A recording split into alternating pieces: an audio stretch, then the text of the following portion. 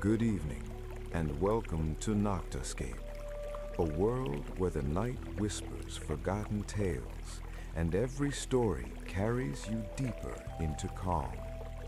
Tonight, you will drift among heroes and gods through kingdoms of courage and seas of mystery, where time slows and the echoes of legend lull your mind into serenity.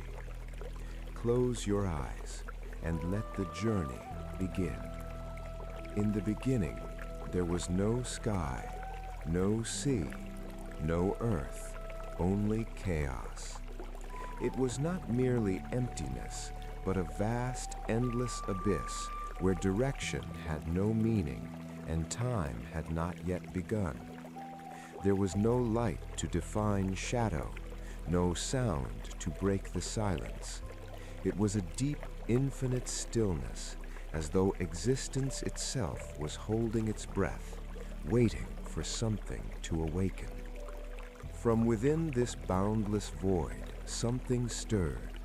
A presence formed, not born in the way mortals understand, but emerging as inevitability. This presence was Gaia, the earth. She rose not with violence, but with quiet certainty, spreading herself into form. Where once there had been nothing, there was now foundation, solid, enduring, and alive. Gaia was vast beyond comprehension. Her body became the ground beneath all future things, her essence the very concept of stability. She was the first to take shape, the first to exist with purpose. And yet she was alone.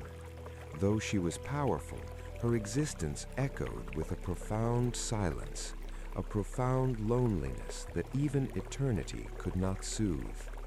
So Gaia created. From herself she brought forth Uranus, the sky, an endless canopy that stretched above her. He was vast and star-filled, and shimmering expanse that mirrored her own greatness.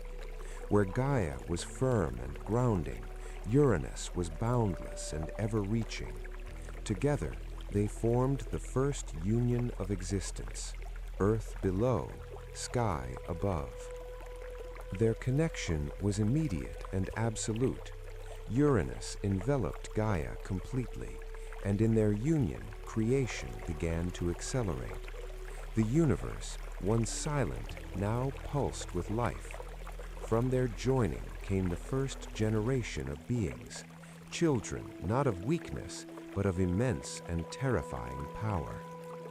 First came the Titans, great towering entities who embodied the raw forces of the cosmos.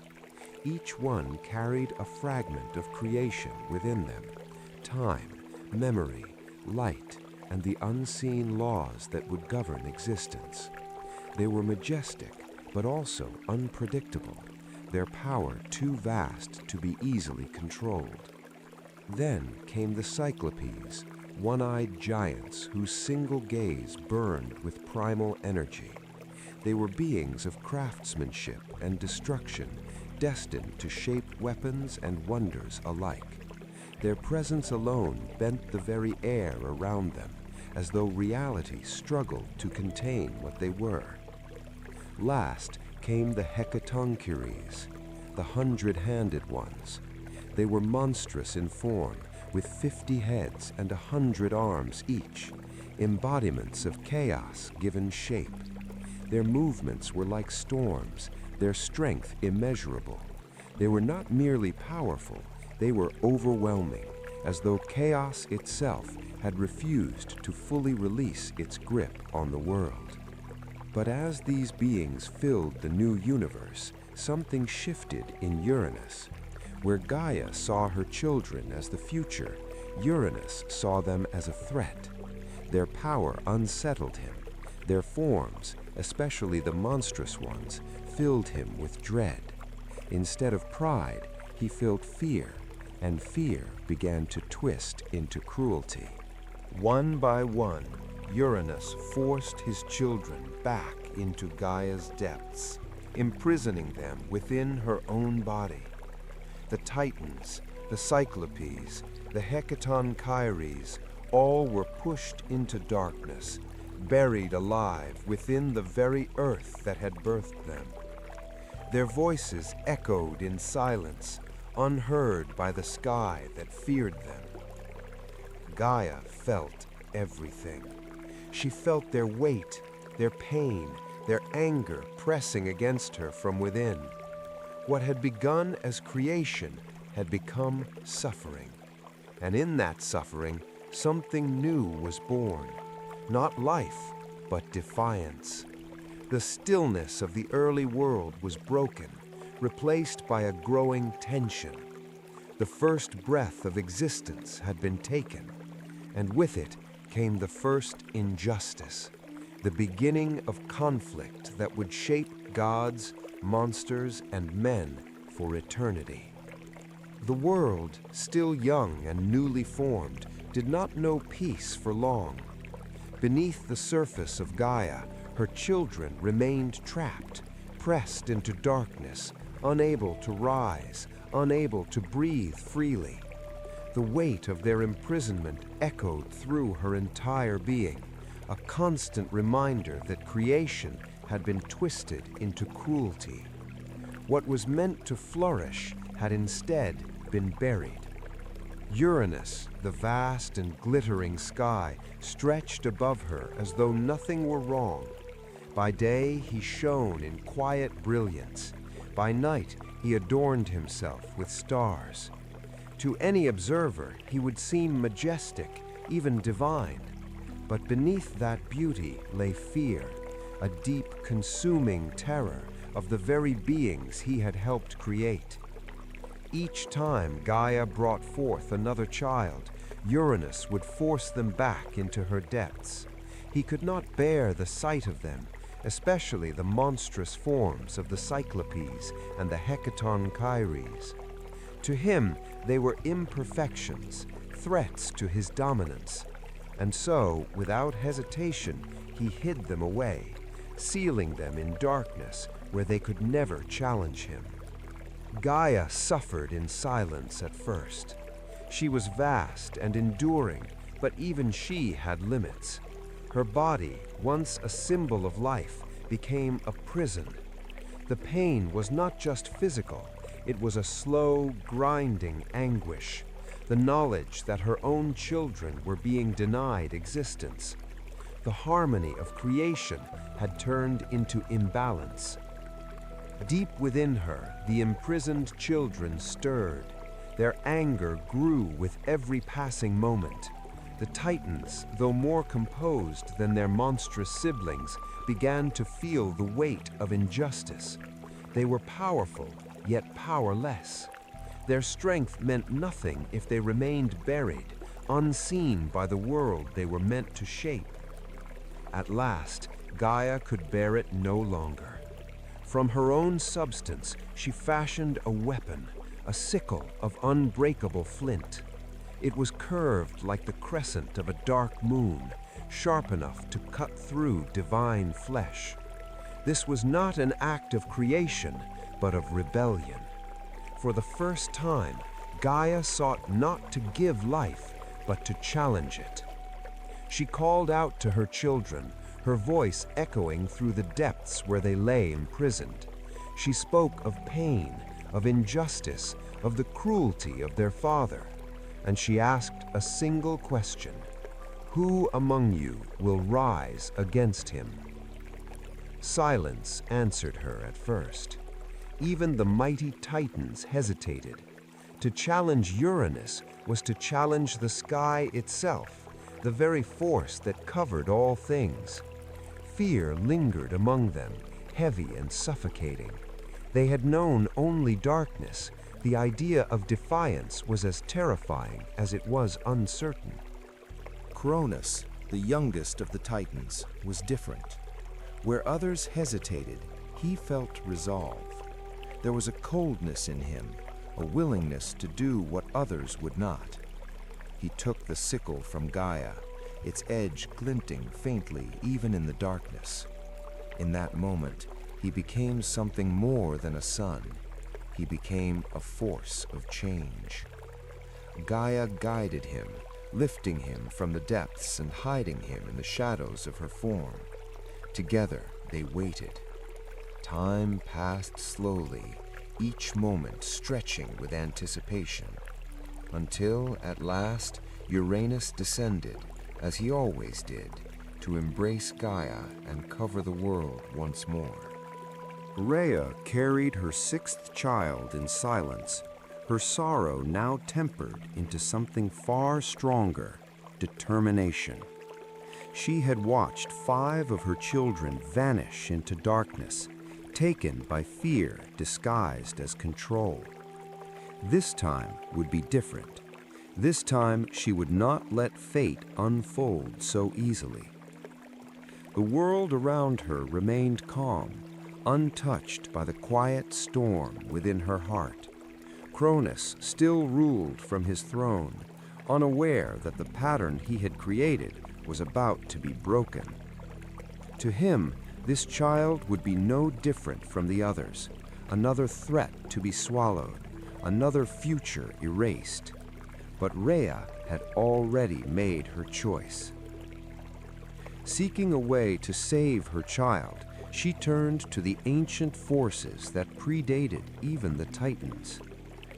Gaia, her mother, still endured, vast and knowing. From the depths of the earth came guidance, not loud, not commanding, but certain. There was a place, far from the eyes of Cronus, where the child could be hidden. That place was the island of Crete. It was wild and untamed, filled with dense forests, echoing caves, and mountains that reached toward the sky. It was a land where secrets could be buried and protected. There, beneath the cover of stone and shadow, Rhea would bring her child into the world. When the time came, she fled in secrecy. No procession followed her, no divine announcement marked the birth. In the stillness of a hidden cave, she gave life to her son, Zeus. His first cry echoed against the stone walls, a fragile sound, yet one that carried the weight of destiny. For a brief moment, Rhea allowed herself to feel what had been taken from her before, the simple, powerful bond between mother and child. But even in that moment, danger remained close. Cronus would come as he always did. So Rhea prepared the deception.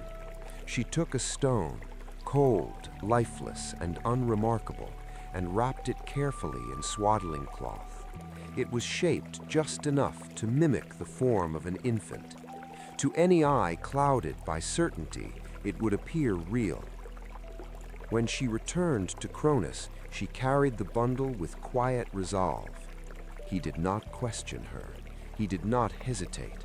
As he had done before, he took the wrapped form into his hands and swallowed it whole. There was no second glance, no suspicion. His fear had become routine, his cruelty automatic. And in that blind certainty, he was deceived. For the first time, one of his children had escaped him. Back in Crete, Zeus was hidden deep within the cave, far from the reach of the Titan king. But a child, even a god, cannot remain silent forever. His cries, if left unchecked, would carry across the land and betray him. So guardians were placed around him. Warriors known as the Curates stood watch, clashing their spears against their shields in rhythmic thunder whenever the child cried. The sound echoed through the mountains, masking his voice beneath a storm of noise. It was a strange lullaby, one of iron and echo, but it kept him safe. And he was not alone. A divine goat, Amalthea, nourished him with her milk, sustaining his growing strength. Each passing day he grew stronger, not just in body, but in presence. time moved quietly around him. The world believed Cronus remained unchallenged. The Golden Age, though fractured, still held its shape. But in the shadows of Crete, something was changing. A child once meant to be devoured was instead becoming something far more dangerous. He was growing into a king. And far above, on a throne built on fear, Cronus remained unaware that the future he tried to swallow was already beginning to rise. In the quiet cave of Crete, Zeus did not grow as mortals do, slowly, uncertainly. His growth was steady, purposeful, as though guided by something deeper than time itself. The boy became a youth, and the youth became a figure of quiet strength. His presence began to fill the cavern that once concealed him. He learned not only to survive, but to observe. From whispered voices and the watchful silence of his guardians, Zeus came to understand the truth of his existence. He learned of Cronus, the father who had devoured his own children. He learned of the siblings he had never met, imprisoned not in chains, but within the very body of the king himself. And with that knowledge came a decision. He would not remain hidden. When Zeus finally stepped beyond the cave, the world felt vast, yet incomplete. The skies stretched endlessly above him, his grandfather's domain, now distant. The earth beneath his feet was steady, but heavy with memory. Everything he saw was shaped by a rule built on fear. It was not a world meant to last. Zeus knew that strength alone would not be enough. Cronus was not just powerful, he was cautious, shaped by prophecy. To face him directly would be to risk everything. What was needed was not just force, but strategy. So Zeus chose a different path. Disguised and patient, he entered the service of Cronus as a cupbearer. The king did not recognize him. Why would he? To Cronus, the threat had already been swallowed. The prophecy, in his mind, had been defeated long ago. That certainty would be his undoing. Zeus moved carefully within the halls of power, watching, waiting, learning. He studied Cronus, not just his strength, but his habits, his rhythms, the small patterns that revealed vulnerability. And when the moment came, Zeus acted without hesitation. Into the king's drink, he poured a powerful draught, an emetic, subtle yet unstoppable. Cronus drank without suspicion. At first, nothing seemed to change. The hall remained still, the air heavy with quiet authority. But then, something shifted. A tension, a disturbance beneath the surface. Cronus's expression tightened, his composure cracking for the first time in ages. Then came the eruption. It was sudden, violent, and unstoppable. Cronus convulsed, his body rejecting what it long contained. From his depths, the first thing to emerge was not a child, but the stone, the very same stone Rhea had given him, still wrapped, still intact. It struck the ground with a hollow finality. And then the impossible followed. One by one, the swallowed gods returned. Hestia, Demeter, Hera, Hades, Poseidon. They emerged not as infants, but fully formed, unchanged by time, as though they had simply been waiting. Their presence filled the space with something long absent, rightful power. The balance that had been suppressed was now restored in an instant. Cronus staggered, weakened, stripped not only of what he had taken, but of the illusion that he was untouchable. For the first time he saw the truth. Zeus stood before him, not as a servant, not as a child, but as the fulfillment of prophecy, the one fate had preserved, the one he had failed to destroy. There was no need for words. The moment spoke for itself. The age of quiet fear had ended. The children of Cronus stood united, no longer hidden, no longer powerless. And though the world had yet not begun to tremble, the first crack in its foundation had already formed. Zeus turned, leading his siblings away from the fallen king, not in retreat, but in preparation. For what had been undone in a single moment would now be decided in war. The moment the children of Cronus stepped free, the balance of the cosmos shifted. What had long been suppressed now stood in the open, power meeting power, destiny confronting the past. The quiet order of the Golden Age shattered, replaced by something far more volatile. War, once only a possibility, had become inevitable. Zeus led his siblings away from Cronus's presence, not out of fear, but out of purpose. They did not yet have the strength to face the Titans head-on. Though freed, they were untested as a united force. The world was vast, and the Titans still held dominion over much of it. They needed a place to rise. That place became Mount Olympus. High above the earth, veiled in clouds and distant from the reach of their enemies, Olympus stood as both refuge and stronghold. There the young gods gathered, their presence beginning to reshape the mountain itself. It was no longer just stone and sky, it was becoming a seat of power. But the Titans were not blind. Cronus, though shaken, was not defeated. His fear had now turned to fury. He called upon his fellow Titans, rallying them with the promise of preserving their rule. To them, this was not rebellion, it was survival. The old order would not fall without resistance. And so, the war began. It was not like mortal wars, bound by land or time.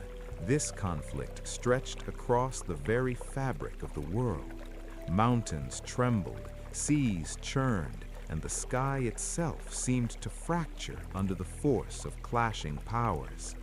Each strike carried the weight of creation behind it. For 10 long years the war raged. Neither side could claim victory. The Titans were ancient, their strength rooted in the foundations of existence. The Olympians, though younger, carried something the Titans lacked: adaptability, strategy, and the will to change what had always been. Still, the stalemate endured. Zeus understood that the war could not be won through strength alone. There were forces in the world older than the Titans themselves, beings who had been cast aside, forgotten, or imprisoned. If they could be brought into the fight, the balance might finally tip. So he descended. Deep beneath the earth, beyond even the memory of light, lay Tartarus, a prison older than memory. There, bound in darkness, were the Cyclopes and the Hecatoncheires, the very beings Uranus had once feared. They had been left to rot in chains, their power unused, their existence denied. Zeus broke their bonds. The moment they were freed, the world seemed to inhale. These were not minor allies, they were forces of raw creation and destruction. And unlike the Titans, they remembered what it meant to be imprisoned. Their loyalty was not given lightly, but it was given fully. In gratitude, the Cyclopes began to forge. From the fires of the deep, they crafted weapons unlike any that had existed before. For Zeus, they shaped the thunderbolt, a weapon of pure, concentrated sky fire. For Poseidon, a trident capable of commanding the seas and shaking the earth. For Hades, a helm that could render its wearer unseen, moving through shadow without detection. The war changed, with the Hecatoncheires hurling mountains as if they were stones, and Zeus wielding thunder that split the heavens. The Olympians surged forward. The Titans, once unshakable, began to falter under the force of something new, something relentless. At last, the breaking point came. The Olympians drove the Titans back, forcing them down into the depths of Tartarus. There, behind unbreakable gates and under the watch of the very beings they had once scorned, the Titans were imprisoned. Not destroyed, but removed, sealed away from the world they once ruled. Silence followed. The war was over. But the cost lingered in every corner of the cosmos. The earth bore scars, the sky carried echoes, and the balance of power had shifted once more. The age of the Titans had ended, and in its place, the age of the gods had begun. For a brief moment, the world was quiet. The Titans had fallen, their power sealed beneath the earth, their voices reduced to distant echoes in the abyss of Tartarus. The Olympians stood victorious, their rule newly established, their presence beginning to settle into the fabric of the cosmos. It felt, for the first time, like stability might finally take hold. But deep within Gaia, something was stirring again. She had watched the fall of her children, the Titans, cast down and imprisoned by the very forces she had once helped rise. Though balance had been restored in one sense, a deeper wound had been opened. Gaia was not only the mother of creation, she was also the keeper of memory, and she did not forget. From her grief, something began to take shape, not gently, not with care, but with fury. She brought forth Typhon. He was not like the Titans, nor like any being that had come before. He was vast beyond measure, a towering force of destruction. From his shoulders rose 100 dragon heads, each with burning eyes and voices that roared like storms. Fire flickered from his mouths, and his presence alone warped the air around him. When Typhon rose, the world reacted. The skies darkened, the winds turned violent, and the ground trembled beneath his steps. This was not a challenge, it was a reckoning.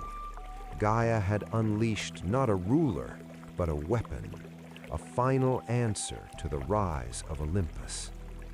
Even the gods felt it. Fear, rare and unwelcome, spread among them. The Olympians who had just claimed their victory now faced something even more primal than the Titans.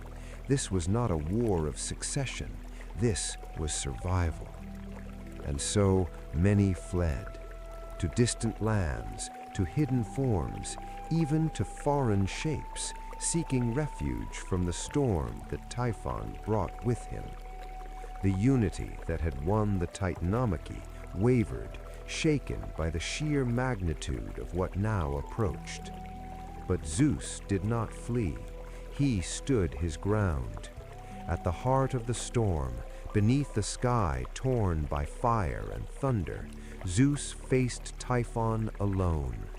There was no ceremony, no declaration, only the inevitability of collision. The king of the gods against the embodiment of chaos unleashed. Their clash reshaped the world. Thunderbolts struck like falling stars, colliding with waves of flame. Mountains shattered under the force of their blows, and the air itself screamed with the violence of their struggle. It was not a battle measured in moments, but in devastation. At one point, Typhon gained the upper hand. His power surged, even overwhelming Zeus. The storm faltered, the thunder dimmed, and for a fleeting moment, it seemed as though the king of Olympus might fall as all rulers before him had. The cycle threatened to repeat once more. But Zeus endured, drawing upon everything he had become, every lesson, every battle, every fragment of fate. He rose again. His lightning returned, brighter and more focused than before. This was no longer just power, it was will sharpened into force. With a final, decisive strike, Zeus drove Typhon back. The great beast was forced beneath the earth, pinned beneath the weight of a mountain, Mount Etna. There his fire would remain, his rage contained but never extinguished. Even now, the rumblings of the earth would serve as a reminder of what lay beneath. The storm faded, the skies cleared, and for the second time, Zeus stood victorious. But this victory was different. It was not just a triumph over an enemy, it was a confirmation. The throne of Olympus was no longer fragile, no longer uncertain. It had been challenged by something ancient and terrible, and it had held. From that moment on, Zeus was no longer simply a king. He was the undisputed ruler of the cosmos. And though the world would face many stories yet to come, none would ever again question who held the sky. Not the empty silence of chaos, nor the tense stillness before war, but a grounded, steady calm. The storms had passed. The great threats had been subdued. And for the first time since the beginning, the cosmos felt structured. The chaos of creation had given way to order. At the center of that order stood Zeus. He did not claim the throne with ceremony, nor did he need to. His victories had already spoken for him. The Titans had fallen. Typhon had been buried. No force remained that could challenge him openly. Authority settled upon him not as a crown, but as something inevitable. High above the world, he established his rule on Mount Olympus. The mountain transformed under the presence of the gods. What was once stone and cloud became something more. Radiant halls, golden pillars, and vast open skies that shimmered with divine light. It was not merely a home, it was a symbol. Olympus became the heart of the new world. From there, Zeus ruled as the god of the sky. The heavens answered to him, the clouds, the storms, the lightning that split the darkness. His thunderbolt was no longer just a weapon of war, but a sign of authority. When it struck, it reminded gods and mortals alike that the balance of the world was being watched. But Zeus was more than a force of nature.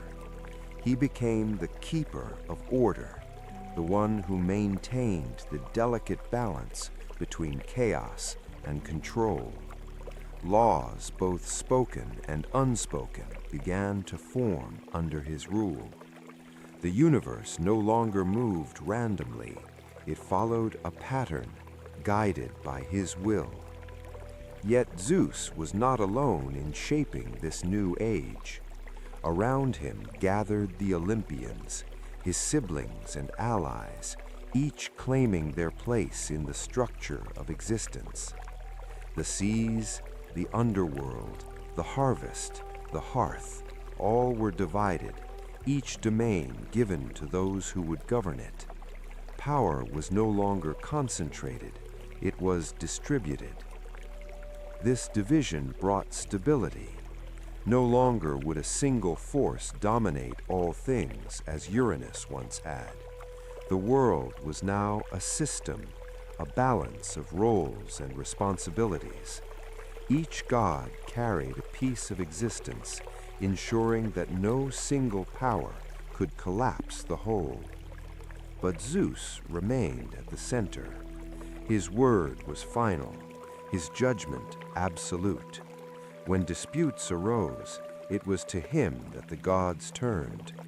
He was not perfect, far from it, but he was the axis upon which everything turned. Without him, the system would fracture, and he knew it.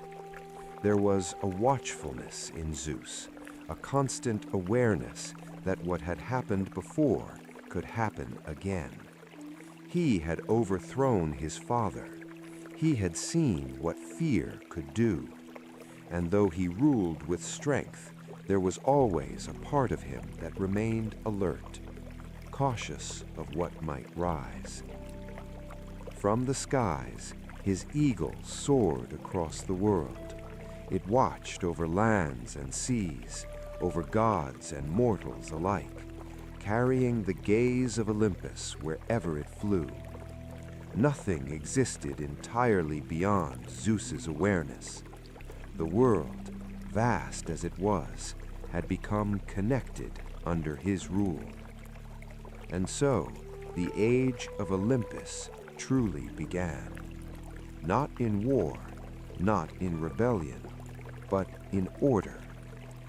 A world where gods would shape the lives of mortals, where stories would rise and fall beneath the watchful sky, and where above it all, Zeus sat on his throne, unchallenged and fully awake. Beside the throne of Zeus, there sat another presence, one no less powerful, though often less understood, Hera. She did not rise through battle, nor did she claim her place through rebellion. Her power was not forged in war, but in position, in identity, in the invisible structures that held both gods and mortals together. She was queen not just by title, but by nature. As the wife of Zeus, she became the queen of heaven. Her domain was not the sky itself, but something more intimate and enduring: marriage, family, and the sacred bonds that connect one life to another. Where Zeus governed order on a grand scale, Hera ruled over the ties that shaped individual destinies. Olympus reflected her presence. Within its halls, there was structure, dignity, and ceremony, much of it shaped by Hera's influence. She ensured that the court of the gods was not just powerful, but proper. Every gathering, every union, every alliance passed beneath her quiet judgment. But beneath that composed surface, there was tension. For Zeus, though a ruler of order, was not a model of loyalty. His attention wandered, drawn to both goddesses and mortals alike. Time and again he formed unions beyond his marriage, creating heroes, demigods, and stories that would ripple through the world. And Hera saw all of it. She did not ignore these betrayals. She could not. Each one struck at the very domain she protected. To Hera, these were not just personal wounds. They were disruptions of balance, fractures in the sacred order of union and trust. Her response was not loud, but it was relentless. Rather than striking Zeus directly, she turned her focus elsewhere, upon the lovers, upon their children, upon the outcomes of these broken vows. Her actions were precise, calculated, and often severe. In her eyes, she was not acting out of spite, but restoring what had been disturbed. To mortals, she became a figure of both reverence and fear. She was the protector of wives, the guardian of childbirth, the one who watched over the sanctity of the home. But she was also the force that punished arrogance, disloyalty, and those who unknowingly stepped into divine conflict. And yet, Hera was more than her anger. She was intelligent, strategic, and deeply aware of the balance of power on Olympus. There were moments when she stood beside Zeus, not as a subordinate, but as an equal voice, challenging, advising, and influencing decisions that shaped the world below. Her strength was not always visible. It moved in quiet ways, in whispered influence, in carefully chosen actions, in the long unfolding of consequences. While others wielded weapons or storms, Hera wielded patience, and patience over time could shape destinies just as surely as force. Through her, the divine family became something more than a gathering of powerful beings. It became a reflection of something familiar, flawed, complicated, bound by connection and conflict. In Hera, the gods revealed that even immortals were not free from emotion, from expectation, from consequence. And so she remained, unmoving beside the throne, not in the shadow of Zeus, but in constant tension with him. A queen not defined by softness, but by endurance, watching, waiting, and ensuring that no bond, once broken, would ever go unanswered. Zeus claimed the sky, and Hera held the throne beside him. Another brother turned his gaze toward a different domain, vast, restless, and untamable. Poseidon chose the sea. It was not a calm realm. It was not predictable or easily ruled. The oceans stretched endlessly, their depths unknown, their moods ever-changing. But to Poseidon, this was not a burden. It was a reflection of his own nature. Beneath the waves, he built his kingdom. Far below the surface, where light faded into shadow, stood a palace of gold and coral. Its pillars shimmered with the movement of the water, and its halls echoed with the distant songs of the sea. It was a place both beautiful and unsettling, alive with the quiet power of the ocean itself. Poseidon ruled from there as lord of the seas, but his power did not end at the shoreline. With the strike of his trident, he could stir the waters into towering storms. Waves would rise like mountains, crashing against coasts with unstoppable force. The sea, under his command, could give life or take it without warning. And yet, his influence reached even further. The earth itself responded to him. When Poseidon struck the ground with his trident, the land would tremble, mountains would shake, cities would crack, and the very foundations of the world would shift. Because beneath the surface, earth and sea were not separate, they were connected, and Poseidon commanded that connection. To mortals, he became both a protector and a threat. Sailors prayed to him before every voyage, offering sacrifices in hopes of calm waters. They knew the sea could carry them to new lands, to fortune and discovery, but they also knew it could swallow them whole, leaving no trace behind. Poseidon's temperament mirrored this duality. He was not cruel without reason, but neither was he gentle by nature. His anger could rise as suddenly as a storm, triggered by disrespect, neglect, or even wounded pride. Once stirred, it was not easily calmed. His wrath could linger, shaping the fate of those who crossed him. And yet there was creation in him as well. He was said to have brought forth the first horse, a creature of strength, grace, and wild spirit. It was a gift that reflected his own essence, powerful, untamed, and impossible to fully control. Like the sea, it could carry you far or throw you down without warning. Among the Olympians, Poseidon stood as a force apart. He was not bound to Olympus in the same way as the others. While he took his place among them when needed, his true domain lay far below, in the shifting depths. He was both present and distant, connected yet separate. Even Zeus respected this, for though Zeus ruled the sky, he did not command the seas. There was an understanding between them, a balance of power that kept the world from tipping too far in any one direction.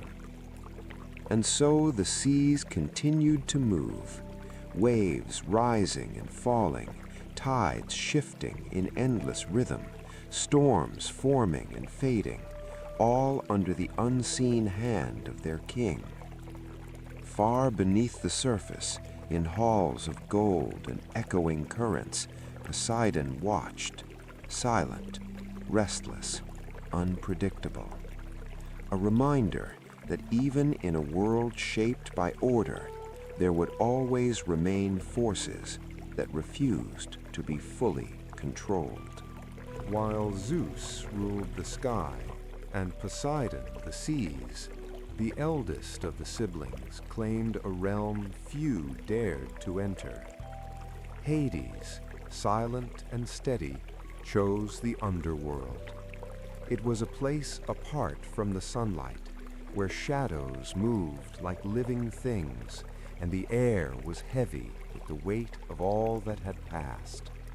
This was not a realm of cruelty, but of inevitability, the final destination for every soul. Hades did not seek glory. He did not command armies or raise storms. His was a quiet dominion, one that required neither force nor spectacle, only vigilance. Mortals feared him not because he was evil, but because he was certain, unyielding, and final. Upon his throne, he watched over the dead, the vast multitude that crossed the river Styx. Here there was no chaos, no laughter, no song, only order in its most unrelenting form. Every soul had its place, and every soul would remain where it belonged. Hades was not a jailer by malice, but by purpose. Beside him sat Persephone, daughter of Demeter, whose presence brought both balance and light to the shadows. Though bound to the underworld for half the year, she transformed its realm with quiet grace. In her absence, Hades ruled with austere authority. In her presence, there was a warmth that softened the darkness, reminding even the dead of life's lingering beauty. Hades' power extended beyond mere judgment. He commanded the unseen paths beneath the earth, the mines, the treasures, and the hidden veins of the world. The very wealth of the earth flowed under his watchful eye, yet he hoarded not for vanity, only to maintain balance. Gold, gems, and precious metals were meaningless in the face of the lives he governed. He was a god who rarely acted rashly, yet none underestimated him. Even Zeus and Poseidon, powerful in their own right, showed respect when entering his domain. For the underworld was absolute. No force of heaven or sea could overturn what Hades commanded once a soul had crossed the threshold. Legends tell that Hades could summon shades, spirits that whispered truths or carried messages to the living world. He could move unseen, shifting through shadows, observing mortals without their knowledge. In his hands, death was neither cruel nor kind. It was simply inevitable, an inescapable part of the cycle. Despite his isolation, Hades maintained a connection to the living world. Those who sought him, heroes, mortals, and gods alike, came for guidance, for bargains, or for closure. And he listened, not with emotion, but with precision, ensuring that the laws of life and death remained unbroken. And so, the silent kingdom endured. A place apart from storms and thunderbolts, a realm where time seemed different, where lives ended, but the cosmos continued. Hades ruled with certainty and restraint, a constant reminder that even amidst the splendor of Olympus and the fury of the seas, some forces are eternal, immovable, and beyond dispute. Beside him, Persephone's presence softened the shadow, her annual return to the surface bringing spring, her descent reminding the world of winter, and through it all, Hades watched silently, unshaken, the guardian of what all mortals must one day face. The world above could erupt, rage, and celebrate, but below, in the depths of the earth, order reigned eternal. From the mind of Zeus, there came a sudden stir, a pressure unlike any other. It was quiet at first, almost imperceptible, a shadow of thought seeking form. But then, with a force that shook even Olympus, it erupted. Athena was born. Not as a child, fragile and dependent, but fully grown, armored in silver, with eyes sharp and gray, gleaming like polished steel. She stepped from the split skull of Zeus as though the world had been waiting for her all along. Her presence carried both intellect and authority, a fusion of thought and power that no mortal or god could ignore. The gods looked on in awe. Even Zeus, her father, felt the magnitude of what had been created. From his mind had come not a servant, not a warrior, but a being capable of shaping destinies. Athena did not speak at first. She observed, analyzing the world with eyes that missed nothing, absorbing the chaos and order around her. Athena's domain was wisdom and strategy, a reflection of thought made tangible. She valued reason over instinct, planning over brute force, and intellect over raw emotion. Where Ares brought chaos to battle, Athena brought clarity. Where mortals struggled blindly, she offered guidance and cunning. Her influence extended both to gods and humans. To the heroes of myth, she became a silent ally, offering counsel at critical moments. Odysseus in his long journey, Perseus in facing Medusa, and many others whose fates hung on careful calculation rather than mere courage. She favored those who used their minds as sharply as their strength. Athena was also a goddess of cities, protector of civilization. Athens, the city that bore her name, was her earthly reflection, a place of law, craft, and learning. She taught mortals the arts of weaving, strategy, and governance, ensuring that the fire of intellect was as prized as the fire of the forge or the blade. Despite her wisdom, Athena did not lack martial prowess. Her silver armor gleamed in battle, her spear and shield a perfect extension of her mind. She fought not for bloodlust, but for the defense of order and justice, striking decisively to protect the innocent or uphold the balance of power. Unlike many gods, Athena did not rely on emotion or passion to guide her. Her decisions were measured, precise, and impartial, even when they brought discomfort to those she advised. Her gray eyes were said to see beyond deception, beyond the surface, into the very intentions of mortals and immortals alike. Yet Athena also carried a quiet compassion. While her mind was sharp, she understood the struggles of humans, their folly, their fear, and their desire for guidance. She did not judge lightly, nor punish without reason. To her, wisdom was as much about nurture as it was about strategy. Thus, Olympus gained not only a warrior, but a guardian of intellect.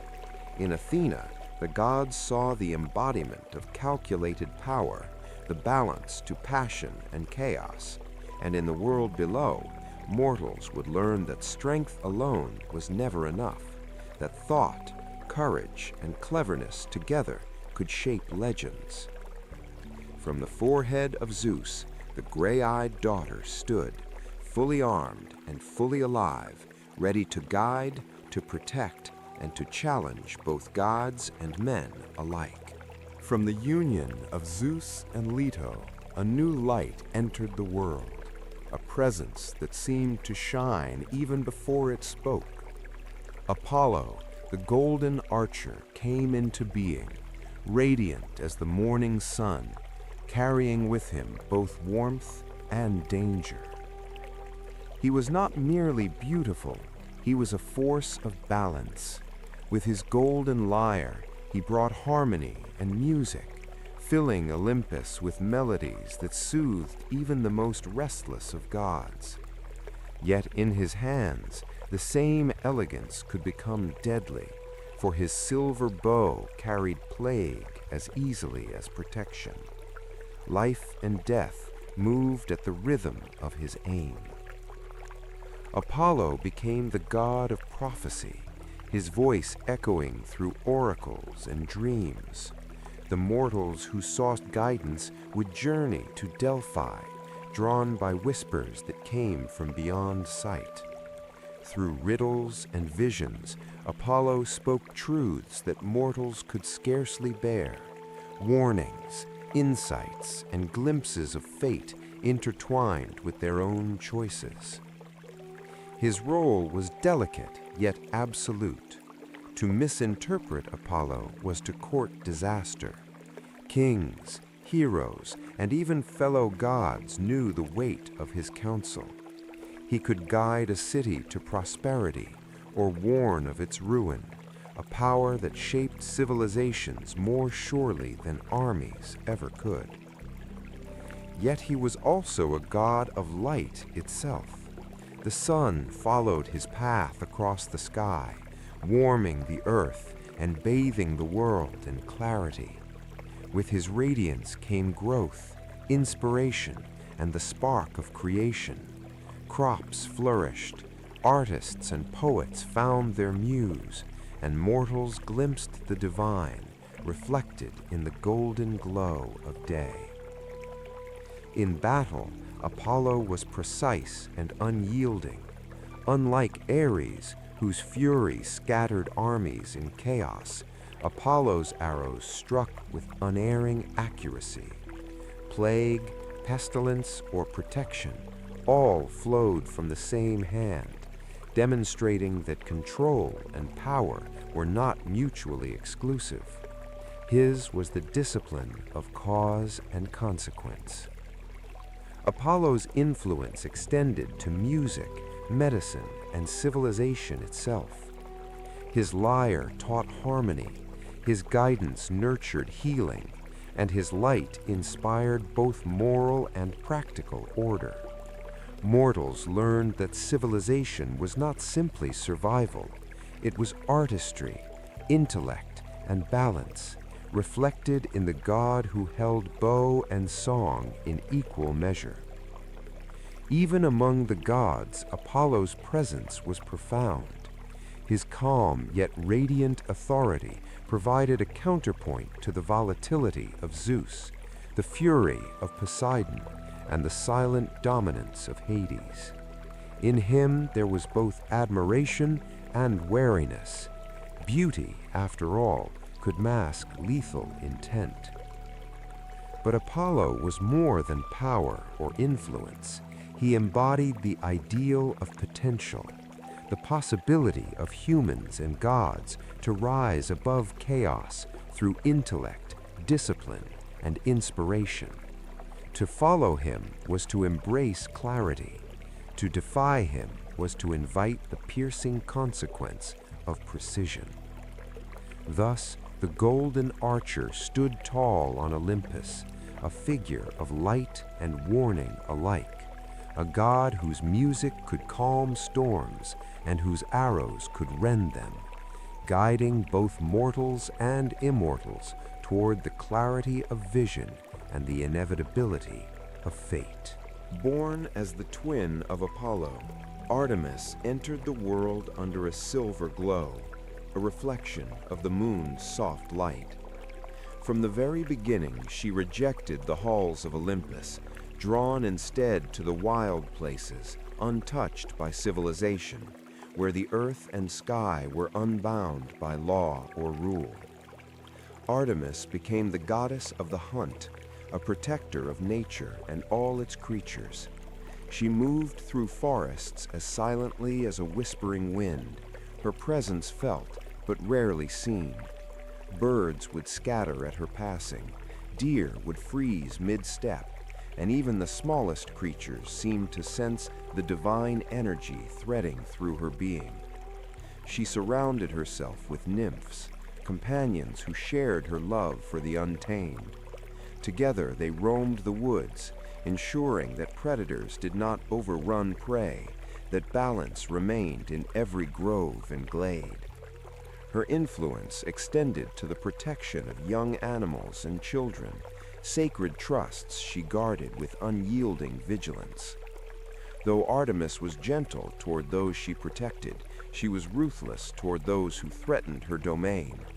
Hunters who violated the sanctity of the forest, mortals who disrespected nature, and even gods who underestimated her wrath, all faced the consequences of her precise justice. Her arrows were swift, her aim flawless, and her resolve unshakable. The moon itself became her ally, a companion in the dark hours. By its light, she could move through shadowed forests without error, her senses attuned to the faintest movement. It was said that when the moon shone full, she could see not only the physical world, but the intentions of those within it, revealing deceit and malice as clearly as a sunlit path.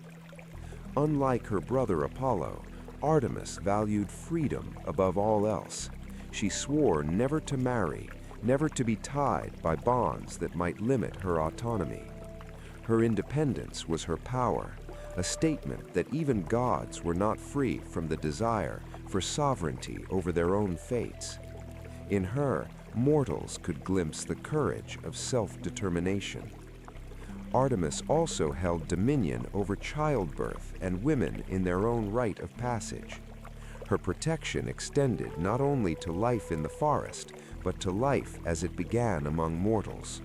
Mothers called upon her for aid, trusting her vigilance and fierce guardianship to watch over both the newborn and those who nurtured them. Her presence balanced the world of Olympus. While Apollo brought light, music, and prophecy, Artemis brought the quiet wild, reminding gods and mortals alike that not all power is centralized, that freedom and independence are as divine as authority and order.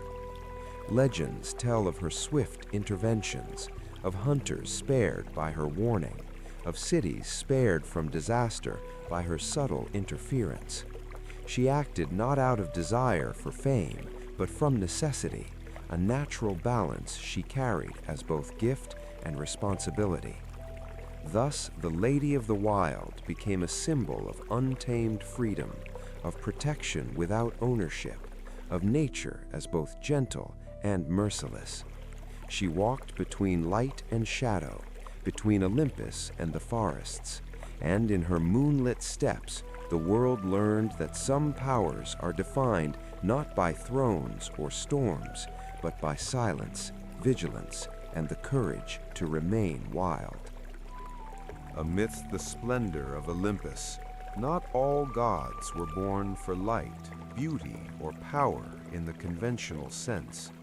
Some were shaped by struggle, by trials that tested body and spirit alike. Hephaestus, the god of the forge, was one such being. Unlike his siblings, Hephaestus was marked by imperfection.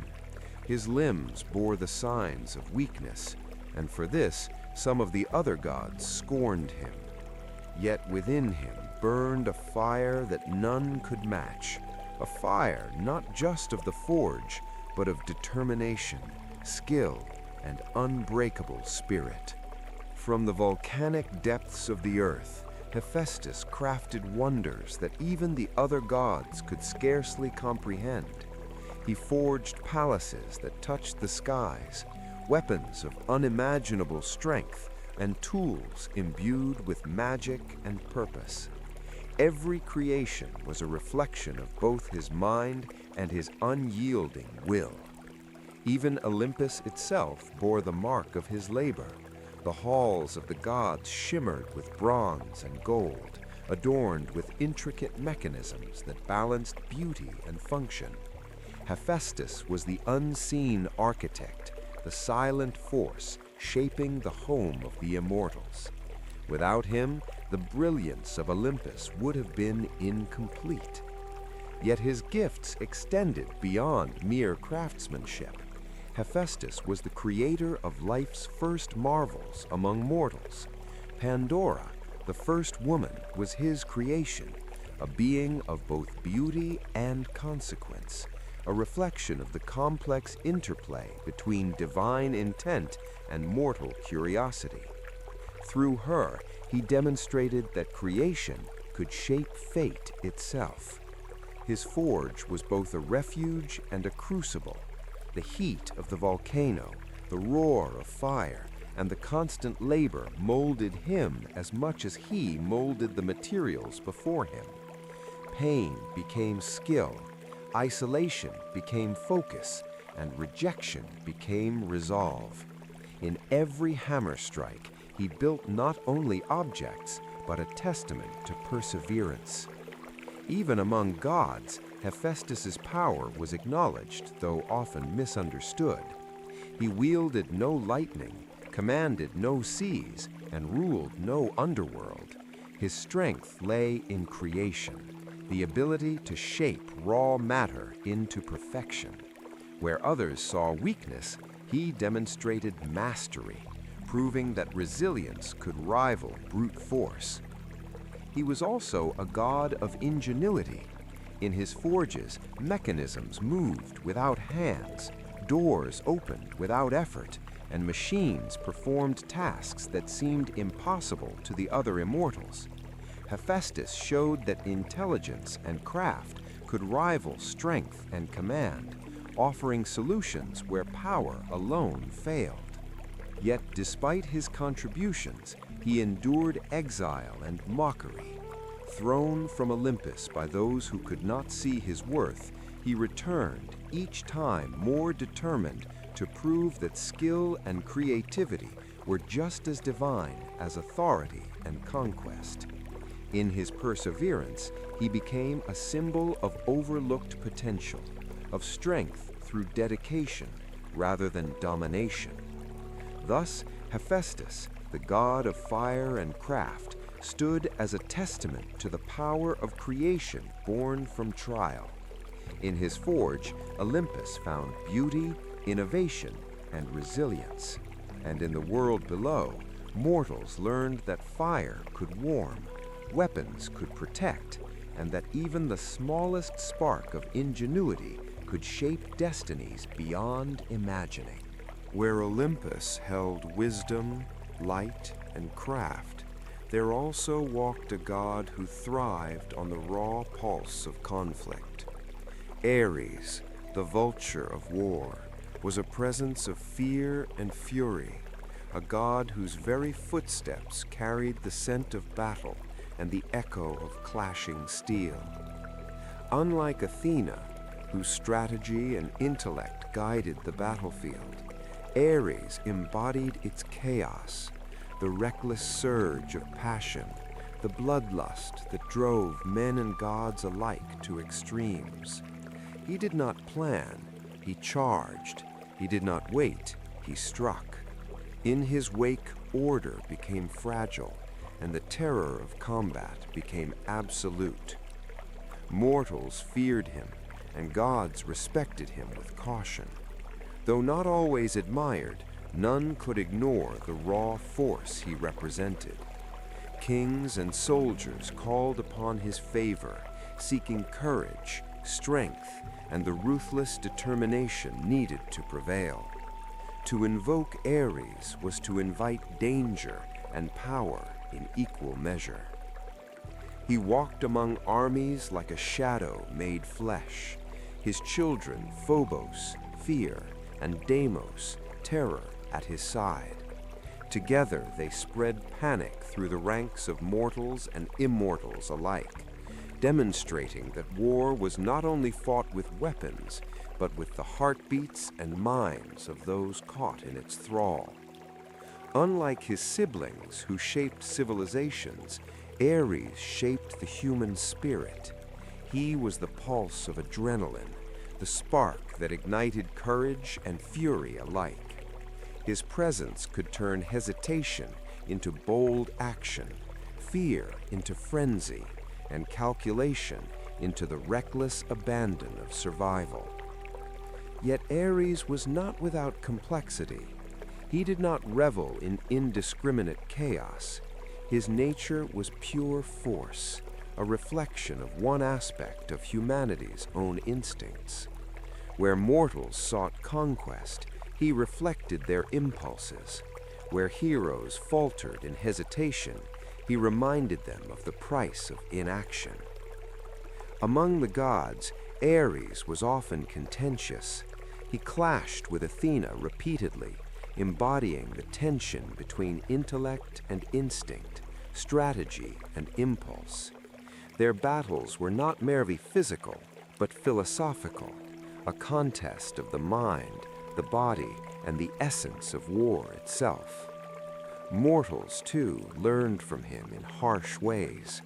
Kings and warriors who disrespected his influence suffered defeat, betrayal, or death.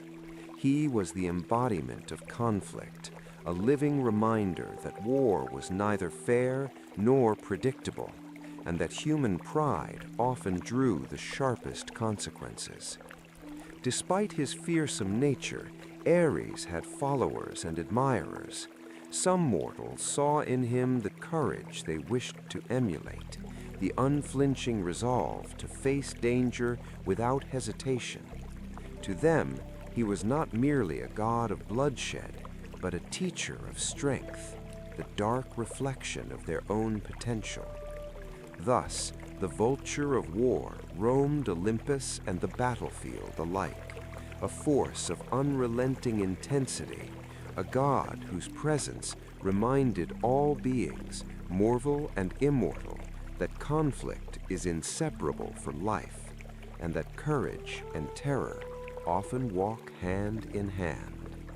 From the white foam of the sea, where waves crashed and winds whispered, she emerged, Aphrodite, the most beautiful of all immortals. Born not from parents, but from the very essence of desire, she carried with her a power that even gods could scarcely resist. Her beauty was not mere form, it was influence, a force that shaped hearts and destinies alike. Mortals and immortals alike found themselves swayed by her presence, their thoughts and actions bending subtly, inexorably, to the currents of her will. In love, in lust, in longing, she was absolute. Aphrodite moved with grace, her steps leaving ripples in the air, as surely as the sea left ripples on sand. Her hair shimmered with the brilliance of dawn. Her eyes held the promise of ecstasy and the threat of heartbreak. Wherever she appeared, mortals whispered, and gods looked on with awe or envy. She was a goddess of love, but not of predictability. Desire under her hand was neither kind nor cruel. It was inevitable. Hearts would beat faster, alliances would shift, and the course of lives would twist subtly, as though some unseen current had pulled them in her direction. She proved that power need not rely on force when it could operate through influence and longing. Even Zeus, king of the gods, was not immune. Time and again he found himself drawn to her, captivated not by compulsion, but by the natural, overwhelming force of attraction that Aphrodite embodied. She demonstrated that even those who rule by strength are vulnerable to the subtlety of desire. She moved between Olympus and the world below, shaping the passions of mortals. Kings fell in love with their rivals' queens. Heroes were swayed by forbidden desire, and entire cities shifted course because of whispered promises and stolen glances. Aphrodite's influence reminded the world that love could be as powerful as war, as enduring as law, and as unpredictable as the sea from which she was born. Yet she was not solely a bringer of chaos. She nurtured unions, inspired creativity, and ignited the passion that fueled art, poetry, and civilization. Where hearts were true and love sincere, Aphrodite blessed them, infusing joy and beauty into mortal and immortal lives alike. She was a goddess of balance, shaping both ecstasy and the lessons of heartbreak.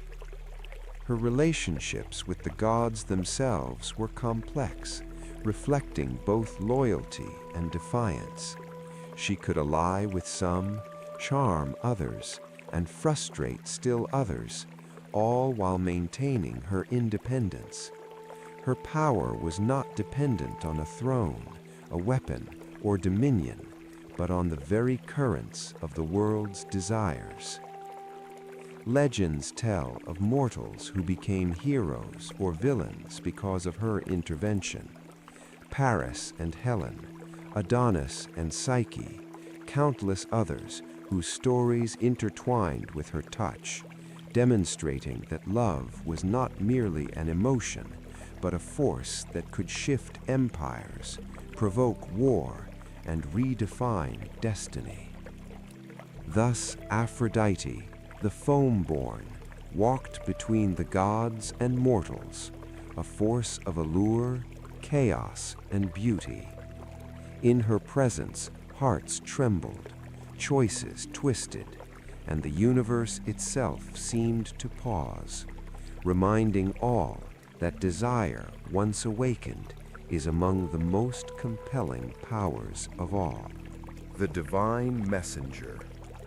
Born to Zeus and the nymph Maya, Hermes arrived into the world with a spark of mischief and brilliance in his eyes. From the moment he could move, he displayed cunning beyond his years, a child who could outwit adults and gods alike, a spirit destined to bridge worlds. Hermes was the messenger of Olympus, the swift-footed god who moved between realms with ease. His winged sandals carried him across the skies, over mountains, and even into the depths of the underworld. No distance was too great, no barrier too strong for his boundless energy and ingenuity. But he was more than a courier. Hermes was a trickster, a master of cunning and cleverness. From his earliest days, he demonstrated ingenuity beyond imagination. He stole, he bargained, he outwitted, and yet he did so with a charm that made him impossible to punish. The gods learned early that his cleverness was both a gift and a challenge. He invented the lyre from a tortoise shell before he could even walk properly, showing that his mind worked faster than his body, and that creativity could be wielded as power. Music, cunning, and speed became his signatures, gifts he would carry through all his journeys. Hermes became the guide for mortals and immortals alike. He led souls to the underworld, carried messages from gods to humans, and ensured the flow of divine will across the worlds. His role was delicate, for the fate of mortals often depended on his discretion, and the whims of the gods depended on his speed and secrecy. He was also the god of travelers, merchants, and thieves, a reflection of his multifaceted nature. Journeys, commerce, and cunning all fell under his domain, reminding the world that life itself is a path full of movement, negotiation, and strategy. To call upon Hermes was to seek guidance, luck, or cleverness in the art of navigating the unknown. Even among gods, Hermes' influence was subtle but profound. He could temper anger, negotiate disputes, and deliver messages that shaped decisions in ways unseen. His words were precise, his presence swift, and his mind always calculating, the perfect balance of mischief and diplomacy. Mortals often revered him with offerings at crossroads, entrances, and marketplaces. Wherever decisions were made or danger lurked, Hermes' protection was sought. He symbolized the unpredictability of life, the need for quick thinking, and the importance of adaptability in a world ruled by both gods and chance. Hermes' charm extended beyond utility. He could inspire cleverness, spark innovation, and teach mortals that intelligence often outwastes brute force. He reminded gods and humans alike that wit, speed, and adaptability are essential to survival and success. Thus, Hermes, the divine messenger, moved across all realms, unseen yet essential. In his wings were swiftness and cunning, in his mind a bridge between worlds, and in his presence the universe learned that movement, communication, and cleverness are powers just as divine as strength or beauty. After Hermes' swift journeys and clever interventions, the world seemed orderly, moving along the paths of fate and duty. Yet the calm of Olympus was never absolute, for the threads of life always carried chaos waiting to awaken. It was in this delicate balance that Dionysus arrived, a god unlike any other, whose presence would shake both heavens and earth. Dionysus, the twice-born, was born of Zeus and the mortal Semele, a child straddling the line between mortality and divinity. His early life was a testament to survival, for Hera's wrath threatened to snuff him out before he could even see the light. Zeus acted quickly, saving the unborn child and sewing him into his thigh, from which he was later born fully alive, a miraculous second birth that marked him as unique among gods. From the moment he took his first breath, Dionysus carried with him the essence of liberation. He was the god of wine, of ecstasy, and of madness, forces that both delighted and terrified. Where other gods sought control, Dionysus embraced release. Where order ruled, he brought frenzy, Where rules constrained mortals, he offered freedom, if only fleeting. His early journeys across the world were unlike any other gods. He wandered among mortals, teaching them the art of the vine, the subtle craft of fermentation, and the intoxicating joy of shared revelry. Villages learned to celebrate, to dance, to forget sorrow, and to taste the divine spark hidden within wine. And in these rituals they found both joy and peril, for Dionysus's gift demanded surrender. The god's followers were as diverse as the world itself. Satyrs, half human and half goat, danced at his side, wild and untamed. Maenads, frenzied women, moved like storms through forests and mountains, their chants echoing the chaotic heartbeat of the earth. Through them, Dionysus spread both delight and madness, a reminder that power is not only in force or intellect, but in the liberation of spirit. Olympus watched him with a mix of awe and apprehension. Even gods accustomed to command were unsettled by his presence. Dionysus did not merely enforce his will, he invited others to abandon control, to yield to instinct, to embrace the unknown. His power was subtle yet overwhelming, shaping mortals and immortals alike through emotion, ecstasy, and fear. Yet Dionysus was not only chaos, he was also revelation. Through madness and ecstasy, he revealed truths that rigid order could not show, the hidden desires of hearts, the suppressed instincts of mortals, and the fleeting beauty of freedom. In his revels, humanity glimpsed its own soul, raw and unfiltered, and in doing so, learned both humility and courage. The twice-born god also carried a paradoxical nature. He could bring joy or terror, freedom or destruction. His festivals were celebrated with laughter and song, yet misstep in his rites could lead to frenzy and ruin. Mortals understood that to embrace Dionysus was to flirt with both heaven and chaos, pleasure and peril intertwined. Even among gods, he held a unique position. Unlike Hermes, whose cleverness guided the paths of fate, or Athena, whose wisdom directed thought, Dionysus embodied the unpredictable, uncontrollable spirit of life itself. He reminded Olympus that even immortals could not contain all forces, that surrender and ecstasy were as divine as discipline and order. Thus, Dionysus moved across the world like a living wind, intoxicating, liberating, and transforming.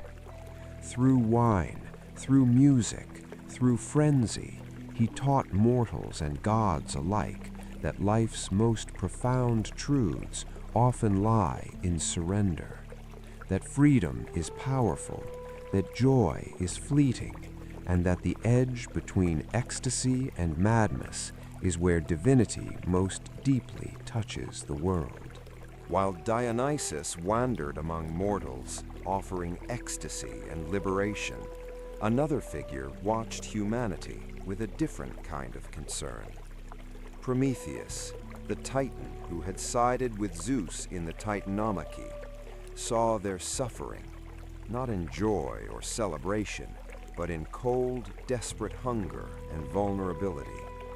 Humans shivered in darkness, struggling to survive, their hands empty of the tools that could shape their world.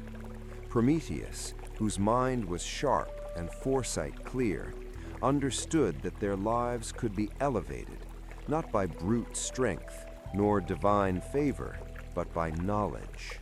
And so he conceived an act of rebellion, an offering that would change humanity forever: fire. The theft was audacious, From the sacred hearth of Olympus, Prometheus took fire, the divine spark that warmed, illuminated, and empowered. With it, he gave humanity a chance to rise above their limitations, to craft, to cook, to forge, and to dream. Fire was more than warmth. It was the first step towards civilization, the first tool of mortal independence. Yet such a gift could not go unnoticed. Zeus, ever vigilant, perceived the transgression. His anger was immediate and absolute. Prometheus had defied the king of gods, placing mortal ambition above divine will. To punish him would require severity, a demonstration that even the clever Titan could not escape consequence. And so the punishment was set. Prometheus was bound to a rock in a remote, unyielding land. Each day an eagle descended, tearing at his liver, which would regenerate each night, ensuring endless torment. His suffering became a testament, a living warning of the price of challenging Olympus. And yet, through it all, Prometheus did not repent. Humanity, meanwhile, thrived in secret. Fire became the spark of invention, of culture, of civilization itself. Mortals built homes, created tools, cooked their food, and saw the world in a new light. Prometheus's gift, though a rebellion, bridged the divine and the mortal, and though costly to him, it allowed humans to claim a fragment of power once reserved for gods. Prometheus's act was both love and defiance. He saw the potential in humans, fragile and mortal though they were, and chose to elevate them despite the wrath of Zeus. It was a lesson in courage, foresight, and the cost of progress, one that would echo through generations. Even among the gods, his defiance became legend. Some admired him in secret, recognizing the nobility of his cause. Others condemned him for upsetting the balance. He existed as both martyr and rebel, a paradox of suffering and sacrifice, whose story intertwined mortal growth with divine consequence. In time, Prometheus's gift would shape myths, history, and morality itself. Humanity learned to wield fire wisely or recklessly, to create marvels or destroy, always carrying the reminder that power without responsibility can be both boon and curse. His rebellion became a symbol that knowledge, courage, and foresight are worth sacrifice, even against the mightiest of gods. Thus Prometheus endured, chained yet unbroken, his fire lighting the world below, his spirit a bridge between gods and mortals, reminding all that progress demands courage, and that the path to enlightenment is often forged in defiance, pain, and unwavering conviction. In the wake of Prometheus's gift, humanity began to flourish. Fires burned in hearths, villages grew, and knowledge spread. But where there is light, there is also shadow, and Zeus, unwilling to see mortals rise unchallenged, sought to restore balance in a way that would remind them of their fragility. To punish mankind, he conceived a new creation, a woman of unparalleled beauty and allure. Her name was Pandora, crafted by Hephaestus with care and skill, adorned with jewels and garments of dazzling intricacy. Each god contributed to her form. Athena gave wisdom, Aphrodite gave beauty and desire, Hermes gave cunning and subtlety. She was perfect and dangerous. In her hands, she carried a jar sealed by divine command. It contained all the misfortunes, evils, and sorrows that Zeus wished to unleash upon humanity. Mortals would learn that power and knowledge came with consequence, that every gift bore risk, and that curiosity, like fire, could shape destinies for better or worse. Pandora was sent among humans, radiant and enchanting, a figure of temptation and fascination.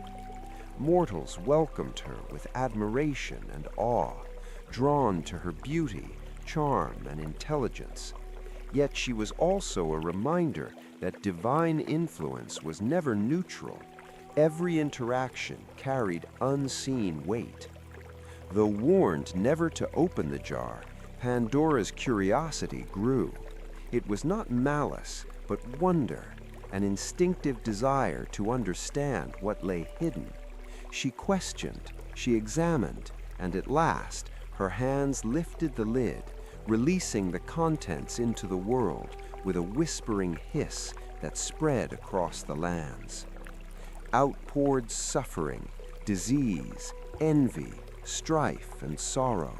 Cities became vulnerable, crops failed, families quarreled, and mortality's harsh truths pressed upon humanity with new intensity.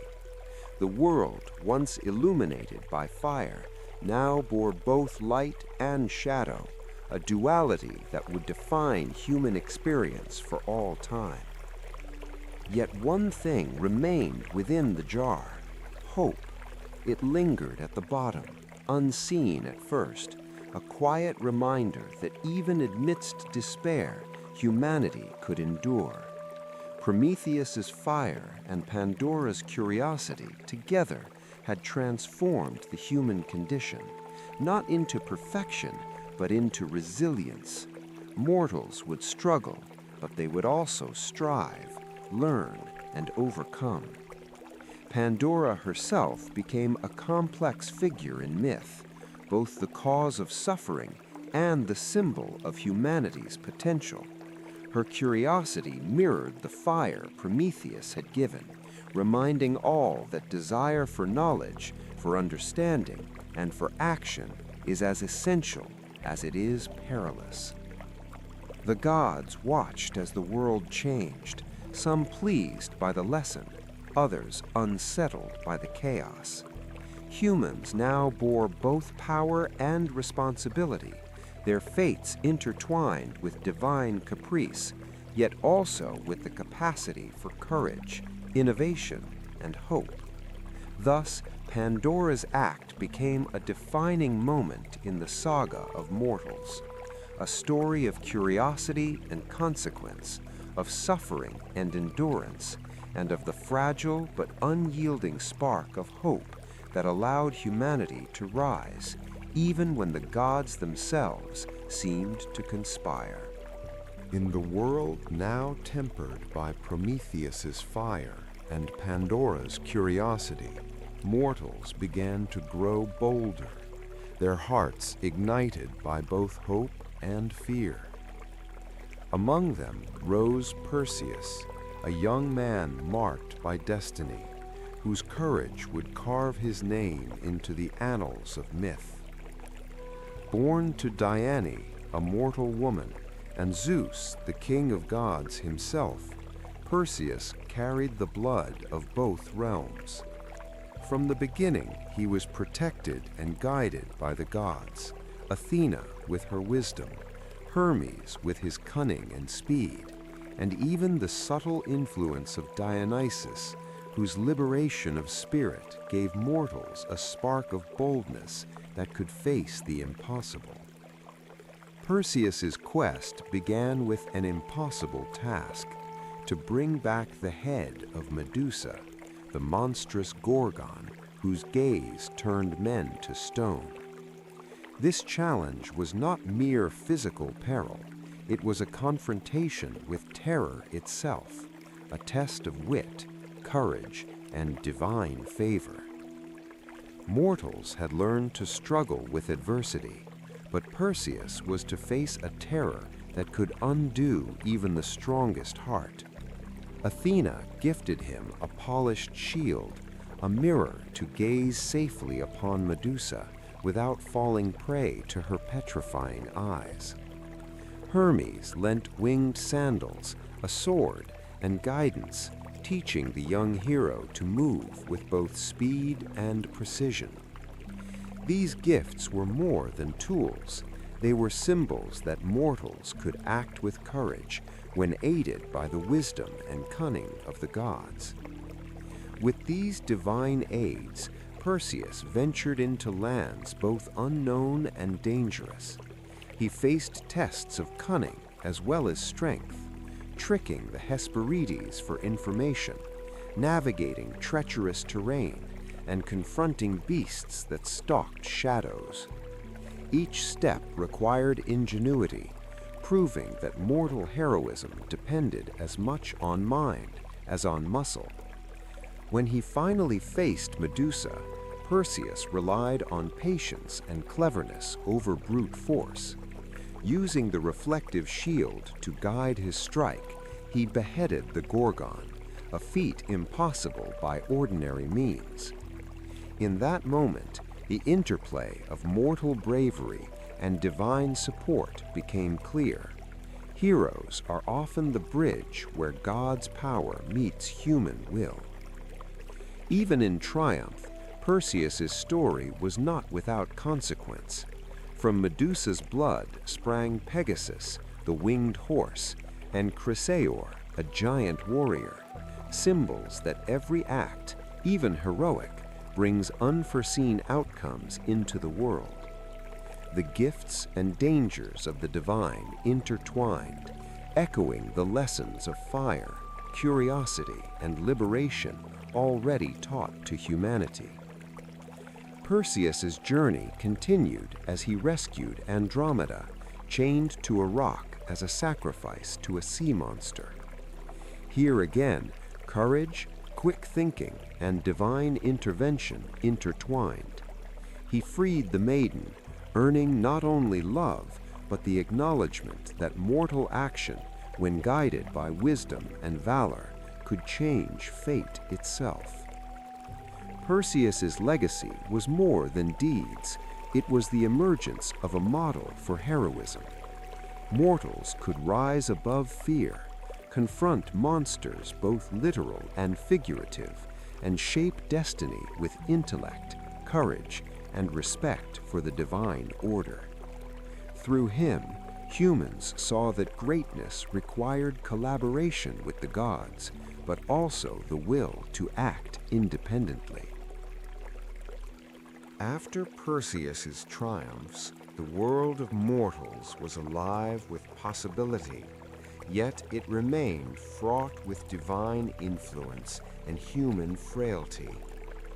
Into this complex stage came Heracles, the son of Zeus and the mortal Alcmene, whose destiny would be defined by strength, suffering, and ultimate redemption. From birth, Heracles' life was marked by divine favor and mortal peril. Hera, enraged by Zeus's infidelity, cursed him with madness, demonstrating the constant tension between the capriciousness of the gods and human agency. Even the strongest hero could falter, and the line between greatness and ruin was perilously thin. Driven temporarily mad, Heracles committed an unthinkable act, taking the lives of his own family. Heartbroken and repentant, he sought atonement, and through guidance from the Oracle of Delphi, he was commanded to perform 12 nearly impossible labors, tasks that would test his strength, courage, and intellect. The first of these labors was the slaying of the Nemean lion, whose impenetrable hide defied mortal weapons. Heracles relied on sheer strength, cunning, and persistence, ultimately strangling the beast and donning its skin as armor, a symbol that victory often requires adaptation as much as power. Next came the Lernaean Hydra, a serpent with multiple heads that regrew when severed. Here, Heracles faced a challenge requiring both strategy and assistance from his companions. By cauterizing each neck as he struck, he learned that brute force alone could not overcome every danger. Cleverness and foresight were equally vital. The subsequent labors tested him further, capturing the golden hind of Artemis without harming it, cleaning the Augean stables in a single day, and capturing the Erymanthian boar. Each task demanded endurance, patience, and the ability to balance raw strength with wisdom and ethical choices, illustrating that true heroism is multidimensional. Heracles also faced the Stymphalian birds, the Cretan bull, and the mares of Diomedes, each labor presenting unique perils that combined danger, strategy, and sometimes moral judgment. His actions impacted not only himself, but the world around him, showing how mortal deeds ripple through communities and nature alike. The penultimate tasks, retrieving the girdle of Hippolyta, queen of the Amazons, and capturing the cattle of Geryon, taught Heracles the importance of diplomacy, courage, and endurance across distant lands. His journey expanded beyond Greece, reflecting the growing reach of mortal heroism influenced by divine guidance. Finally, Heracles descended into the underworld to capture Cerberus, the three-headed guardian of the dead. Here, he confronted death itself, negotiating with Hades, and demonstrating that courage sometimes requires confronting the unknown directly with intelligence and restraint, not just strength. Through these labors, Heracles transformed from a man cursed and grief-stricken into a hero who embodied the full spectrum of mortal potential. By enduring divine wrath, impossible trials, and personal guilt, he became a symbol of perseverance, resilience, and the intertwined fate of gods and Following humans. the feats of Heracles, the world of mortals was alive with tales of strength, cunning, and divine favor.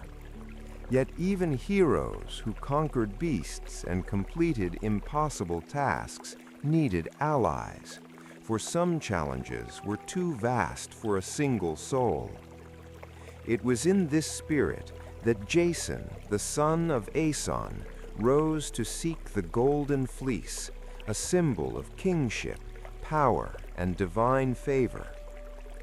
Jason's quest began when his uncle Peleus seized the throne of Iolcus, forcing the young prince into exile.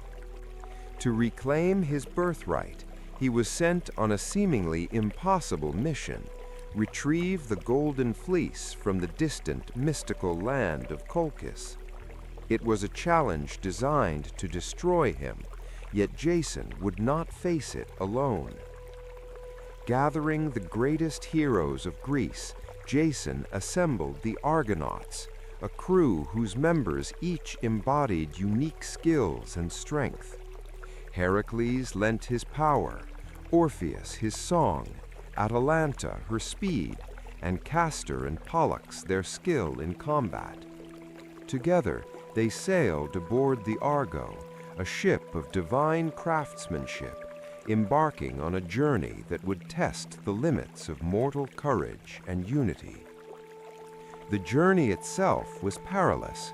Jason and his companions navigated seas of storms, islands of monstrous inhabitants, and treacherous waters filled with divine traps. Each obstacle demanded ingenuity, collaboration, and trust among the heroes, proving that no one, not even the greatest among mortals, could face fate alone. One of the earliest challenges was passing the Symplegades, the Clashing Rocks. Jason, guided by divine insight and the counsel of the gods, released a dove to gauge the rock's timing. With courage and precise coordination, the Argo sailed through, demonstrating that success often required patience, intelligence, and the careful blending of mortal skill with divine guidance. Upon reaching Colchis, Jason faced King Aeetes and the trials to earn the fleece. He was tasked with yoking fire-breathing bulls, sowing dragon's teeth that sprouted warriors, and surviving the onslaught of the awakened soldiers. Here, the ingenuity of Medea, the king's daughter and a powerful sorceress, became critical. Her magic, wisdom, and courage ensured Jason's success, highlighting the necessity of alliances and trust in overcoming the impossible. With the fleece secured, Jason's departure was not without conflict. Medea helped him escape, but their flight enraged Aeetes and unleashed a series of challenges across the journey home. Sea monsters, vengeful kings, and divine interventions tested their resilience, revealing that triumph is rarely the end of a hero's trials. The quest of the Argonauts became a testament to teamwork as much as individual valor. Each hero's skill complemented the others, and success depended on coordination, foresight, and adaptability. In this way, Jason's story expanded the idea of heroism from solitary feats to collective effort, reflecting a deeper understanding of fate and mortal capability. Even as triumph was achieved, Jason's story carried caution. Medea's later vengeance reminded mortals and gods alike that human ambition, desire, and emotion are inseparable from heroism.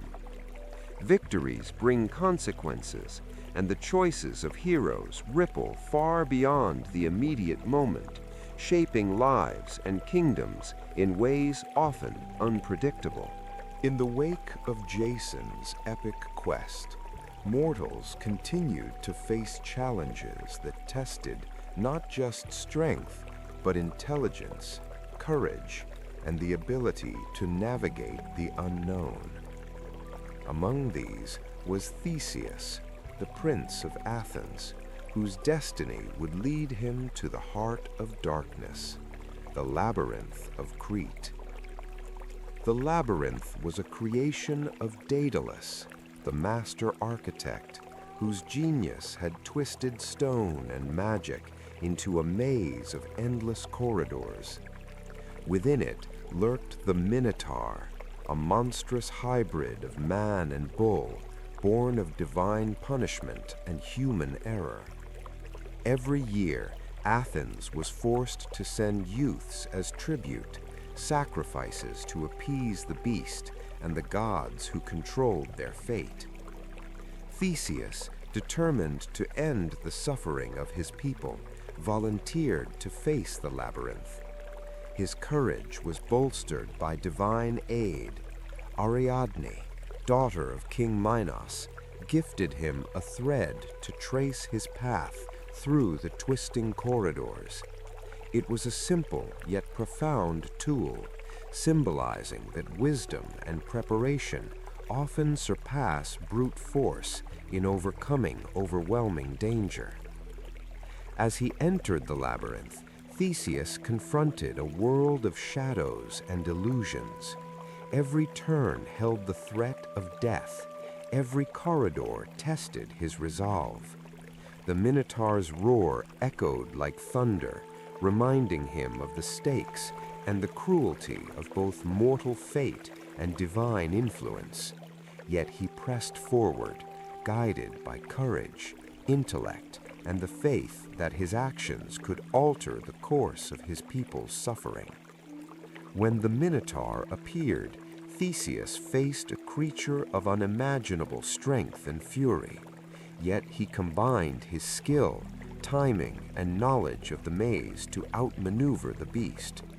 The confrontation was not only physical, but symbolic. the triumph of human cunning and bravery over chaos and terror, a reflection of the lessons of past heroes like Perseus and Heracles. After slaying the Minotaur, Theseus retraced his path using Ariadne's thread, demonstrating that preparation and strategy are as essential to success as courage. Every step back through the labyrinth was a lesson in discipline, patience, and the value of guidance, divine or mortal, when navigating life's most dangerous paths. Theseus's victory freed Athens from the yearly tribute, saving countless lives and reshaping the city's destiny. It was a triumph of human ingenuity supported by divine insight, showing that mortal heroism often lies not only in confrontation, but in foresight, strategy, and the humility to accept help when offered. The story of the labyrinths also became a cautionary tale. Even the wisest and bravest must respect the dangers of the unknown. Pride, recklessness, or disregard for guidance can turn triumph into tragedy, a lesson Theseus himself would remember in later adventures and political struggles. Mortals learned from his deeds that heroism is multifaceted. Strength alone is not enough. Cleverness, planning, and respect for forces beyond immediate control are equally vital. Theseus's journey through the labyrinth became a symbol of hope and resilience, inspiring generations to face challenges with courage tempered by intelligence. In a world shaped by heroes who battled monsters and braved divine trials, there arose a mortal whose power was not measured by strength or weapons, but by the resonance of his heart. Orpheus, the greatest musician to ever live. His music could stir the deepest emotions, calm raging beasts, and even move the very stones themselves. Orpheus's life was marked by love and loss. His wife, Eurydice, a radiant nymph, became the center of his world. Yet, as in all tales where mortals are touched by both joy and the cruelty of fate, tragedy struck. Eurydice died suddenly, torn from him by a serpent's bite. The loss shattered Orpheus, leaving him a man consumed by grief. Refusing to accept death's finality, Orpheus resolved to descend into the underworld, seeking to reclaim the woman he loved. Armed only with his lyre and the purity of his music, he faced a realm where shadows held sway and mortals dared not tread. His journey became a testament to the power of art, emotion, and human determination in confronting the immutable forces of the divine. As he entered the underworld, the guardians of the realm, the fearsome shades, and the gods of death themselves paused in awe at his song. Even Hades, ruler of the dead, was moved. Orpheus's music spoke of love, sorrow, and the beauty of life, softening hearts hardened by eternity, proving that human emotion and artistic expression could influence even the most unyielding forces. Hades, swayed by Orpheus's plea and the purity of his devotion, granted a single condition. Eurydice could return to the living, but Orpheus must not look back at her until they had fully emerged into the sunlight above. It was a test of trust, patience, and faith, a challenge that mirrored the trials of strength and wit faced by heroes like Perseus and Theseus, though it relied on emotional endurance rather than physical might. The ascent was fraught with tension. Every step forward was a battle against doubt and longing, the natural impulses of love and fear threatening to undo the miracle. Orpheus's resolve wavered, but he pressed on, guided by the memory of Eurydice's voice, the warmth of her presence, and the music that flowed from his heart. At the very threshold of the living world, however, Orpheus succumbed to a fleeting doubt. He glanced back, and in an instant, Eurydice was pulled back into the shadows, lost to him forever. The consequences were cruel and irreversible, a reminder that even the noblest intentions could be undone by human frailty, and that fate often demands both patience and trust. Despite his failure, Orpheus's story did not end in despair. He continued to play, and through his music, the living learned of love's power and the sorrow of loss. His songs inspired mortals to seek beauty in the world, to cherish fleeting moments, and to confront their own mortality with courage and passion. Orpheus became a symbol that heroism is not always about conquest or victory over enemies. Sometimes it is about the endurance of the heart, the power of art to transform, and the willingness to risk everything for love. In the world shaped by heroes, divine intervention, and the triumphs of mortal courage, the story of invention and ambition emerged as another stage for human endeavor. Daedalus, the master architect and craftsman, had already left his mark on the world through the labyrinth and countless creations. Yet even genius could not shield one from the consequences of confinement and ambition. Imprisoned by King Minos on the island of Crete for aiding Theseus and defying royal authority, Daedalus sought freedom for himself and his young son, Icarus. Their imprisonment was a cage of stone and sea, a physical symbol of the limitations imposed by human circumstance and divine oversight.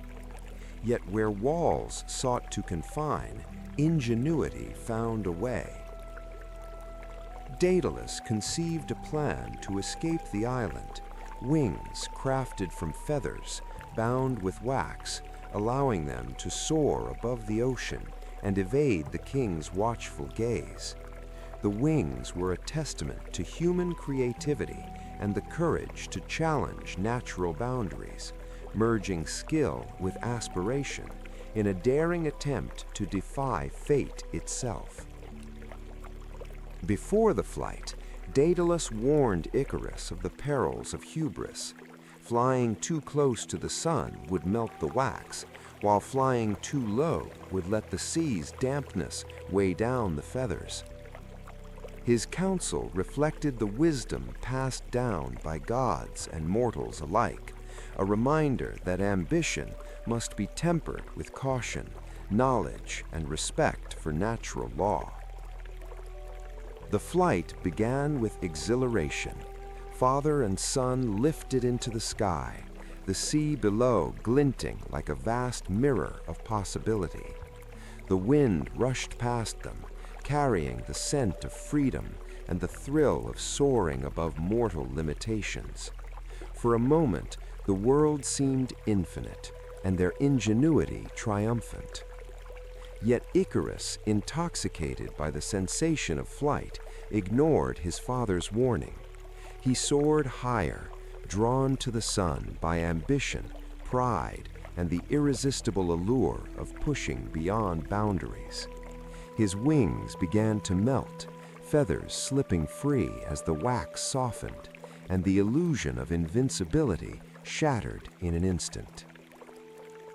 In a tragic fall, Icarus plummeted into the sea, his cries lost to the wind, leaving Daedalus to grieve the loss of his son and the bitter reminder that human aspiration carries inherent risk.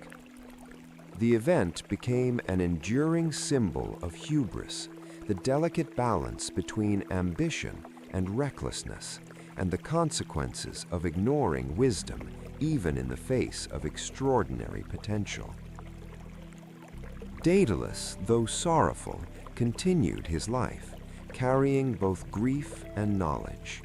His creations endured, influencing mortal innovation for generations. Yet the story of Icarus reminded all who heard it that human progress is inseparable from the lessons of caution and humility.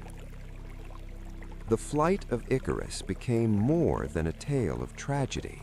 It was a metaphor for the eternal human struggle to rise above limitations, to reach for the divine, and to reconcile ambition with wisdom. Mortals learned that innovation carries reward and danger alike, and that every leap toward greatness demands respect for the forces beyond human control.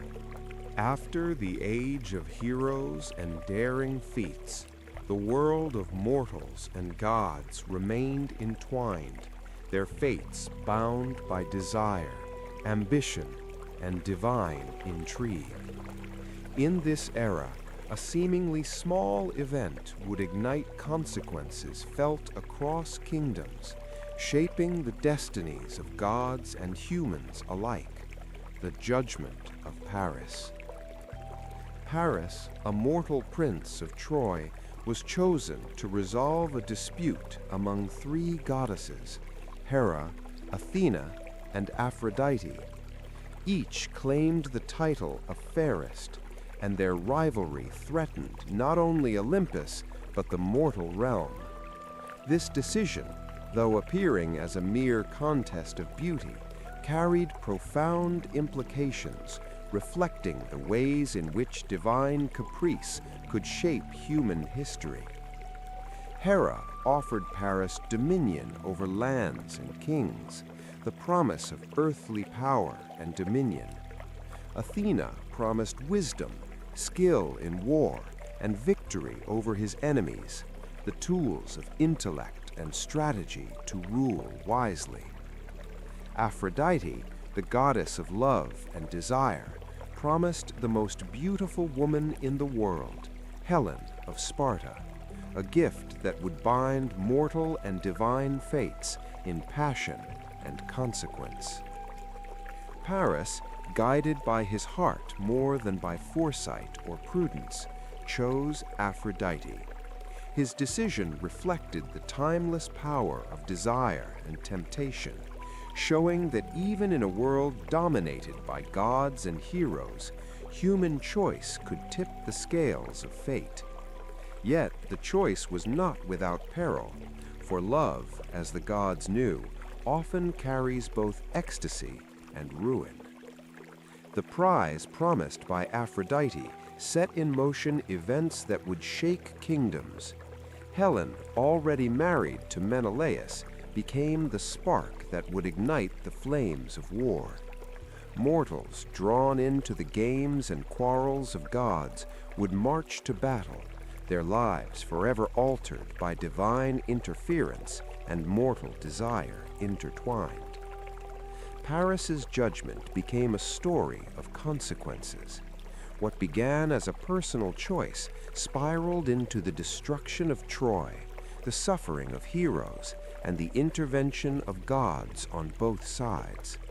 It demonstrated that even small decisions, when influenced by divine or human passion, could ripple through history with devastating effect. Among the gods, reactions were as varied as mortals. Hera and Athena seethed at the slight, their pride wounded, yet they could not undo the decision. Aphrodite's favor cemented the connection between Paris and Helen, illustrating how divine will often manifests through mortal action, binding the fates of both realms. The judgment of Paris also reflected the recurring theme of human susceptibility to emotion. Courage, intelligence, and strength are vital in heroic tales, but desire, love, jealousy, or ambition can be just as potent a force, capable of reshaping destinies and altering the course of kingdoms. Paris, though mortal, became the focal point of a cosmic drama, a reminder that the choices of a single individual can invoke consequences beyond imagination, particularly when gods manipulate or tempt human hearts. His story was a lesson that even in the shadow of immortals, mortals exercise power through decision, for better or worse. The choice of Paris had set the stage for an epic struggle that would engulf mortals and gods alike. The Greeks, bound by oaths and honor, assembled a massive army to reclaim Helen, launching a war that would last 10 years and test the courage, loyalty, and endurance of heroes on both sides. From the outset, the battlefield was more than a mortal conflict. It was a theater of divine involvement. Gods took sides, each influencing events according to their rivalries, alliances, and personal grievances. Athena inspired strategy. Hera lent her cunning to the Greeks, while Aphrodite shielded the Trojans, showing how the fates of men were inseparable from the whims of immortals. Achilles, the mightiest Greek warrior, emerged as a force of fury and invincibility. His rage shaped battles, his skill turned the tide of combat, and his mortality made every victory and loss profoundly human. He embodied both the glory and the tragedy of heroism, where strength alone could not shield one from fate or loss. Hector, Prince of Troy, became the city's defender, courageous and honorable, a mirror to Achilles' prowess, but tempered by wisdom and loyalty to his people. Their confrontations highlighted the human dimension of war, valor, honor, and the weight of responsibility toward family and city, even amidst divine machinations. The war dragged on, with victories and losses swinging like the pendulum of fate. Cities burned, heroes fell, and gods quarreled openly, showing that even immortals are not immune to pride, jealousy, and rivalry. Mortals, caught between these powerful forces, endured suffering, yet also demonstrated ingenuity, resilience, and courage in the face of overwhelming odds. Amid the stalemate, cunning became the key to victory.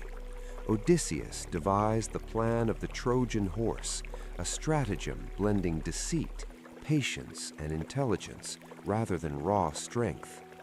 The Greeks feigned retreat, leaving a massive wooden horse outside Troy, and the Trojans, despite warnings, brought it within their walls, unaware that their doom lurked within. The fall of Troy was swift once the trap was sprung. Greek warriors emerged from the horse under cover of night, opening the gates for their army.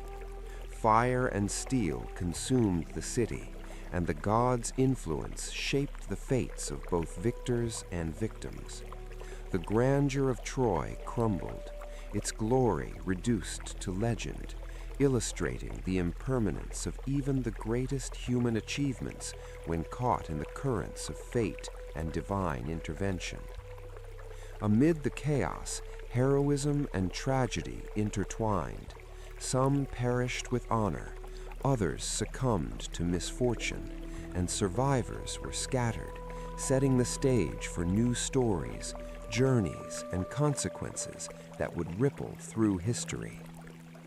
The war was a testament to human resilience and ingenuity, yet also a warning of the cost of desire, pride, and unchecked ambition. The fall of Troy marked the end of an era where gods walked openly among men, influencing events with direct action. Mortals, having witnessed the destruction wrought by both ambition and divine whim, began to forge their own legacies, learning to navigate a world where heroism required not only courage and strength, but prudence, strategy, and respect for forces beyond their control. After the fall of Troy, the survivors faced a new trial, returning to their homes scattered across the seas and lands. Among them, Odysseus, king of Ithaca, became the embodiment of mortal ingenuity, endurance, and the relentless desire to reclaim what had been lost. His journey would take 10 years, testing mind, heart, and spirit in ways that war alone never could. Odysseus's voyage began with promise, but was quickly beset by divine wrath. Poseidon, angered at the blinding of his son, the Cyclops Polyphemus, unleashed storms and obstacles upon the hero and his fleet. The journey revealed the fragile balance between mortal skill and divine favor, showing that cleverness and strategy must navigate not only human foes, but the unpredictable whims of the gods. Along the way, Odysseus encountered the Lotus Eaters, whose intoxicating fruit threatened to make him forget his purpose. Here, he demonstrated discipline and leadership, reminding his men of their mission and resisting temptation himself, illustrating that heroism often requires moral as well as physical fortitude. The encounter with the Cyclops Polyphemus was another test of ingenuity. Trapped in the giant's cave, Odysseus relied on cunning over strength, devising a plan to blind the beast and escape under the bellies of its sheep. This episode highlighted the recurring theme of intellect as a weapon in itself, often as decisive as brute force or divine aid. Odysseus's journey was filled with enchantments and perils, the seductive songs of the sirens, the transformative powers of Circe, the passage between Scylla and Charybdis. Each trial demanded careful judgment, patience, and the ability to resist impulsive choices. In every challenge, he navigated both external threats and internal doubts, showing that heroism is as much about endurance and wisdom as it is about courage. The voyage also revealed the emotional and psychological toll of prolonged struggle. Odysseus faced despair, homesickness, and the temptation to surrender to fate. Yet his love for Penelope, his desire to reclaim his family and kingdom, and his unyielding resolve kept him moving forward, proving that the heart can be as mighty a force as sword or strategy. Throughout the journey, divine interventions both aided and hindered him. Athena guided and protected him, while Poseidon's vengeance delayed his return. This interplay of mortal effort and divine influence reinforced a central lesson of myth. Human destiny is inseparable from the forces of gods, yet ingenuity, courage, and perseverance allow mortals to shape their fates within these bounds. After 10 long years, Odysseus finally returned to Ithaca. There, he faced the challenge of reclaiming his home from suitors who had overrun his halls. Through strategy, patience, and skill, he restored order, demonstrating that heroism is not merely in surviving trials, but in using wisdom and cunning to restore justice and balance. Odysseus's long voyage became more than a story of survival. It was a testament to the resilience of the human spirit, the power of intelligence, and the enduring desire for home and belonging. It showed that the greatest adventures often occur not on distant battlefields, but within the trials of perseverance, self-restraint, and careful judgment. And so, the stories of gods and heroes, of mighty battles and daring quests, slowly fade into the quiet of time. The voices of Perseus, Heracles, Jason, Theseus, and Odysseus whisper softly now, their deeds lingering like gentle echoes across the stars. The thunder of Zeus, the roar of Poseidon, and the silent depths of Hades grow calm, settling into a serene rhythm. Even the immortal struggles, the wars and the triumphs soften, leaving only the peaceful pulse of the cosmos.